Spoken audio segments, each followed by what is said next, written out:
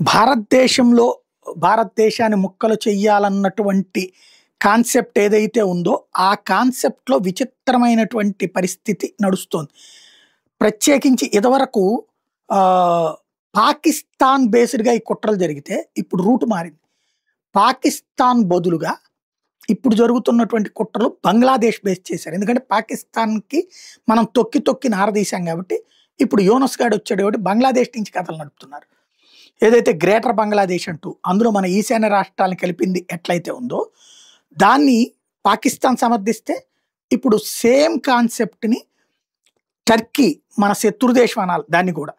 ఆ టర్కీ వాడు కూడా గ్రేటర్ బంగ్లాదేశ్‌ని యాక్సెప్ట్ చేస్తున్నట్టు ప్రకటించాడు. అంటే వాడికేంటి సంబంధం ఇక్కడ దానికంటే, వాడు కూడా ఈ మతరాజ్య పిచ్చోడనమాట.